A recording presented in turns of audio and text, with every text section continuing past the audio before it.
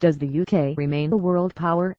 Is the UK's role on the world stage a decades-long story of managed decline, including the orderly withdrawal from a once vast empire?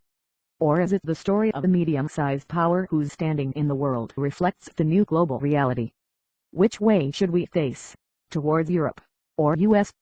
The U.S. Secretary of State Dean Acheson in 1962 described the UK as a nation which had lost an empire, but had yet to find a role. Others, such as former Foreign Secretary Douglas Hurd, preferred the idea that the UK punches above its weight in world affairs. And in the wake of the September 11 terrorist attacks on the U.S., Tony Blair put forward his own view of Britain's place on the international stage, if no longer a superpower, then at least a force for good in the world. Well, the debate about the UK's role in the world goes on. Or does it? Not an election issue. The first television debate of the UK election campaign led some people to ask why there was not a single question on foreign policy.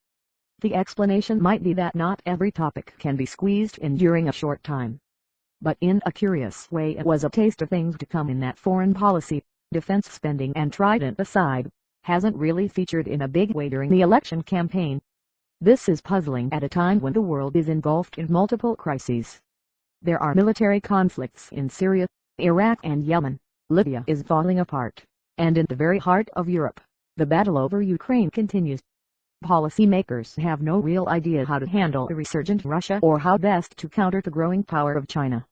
But what is the UK's role, if any, and more to the point, even if it wanted to do something, what is realistic and feasible at a time of shrinking budgets?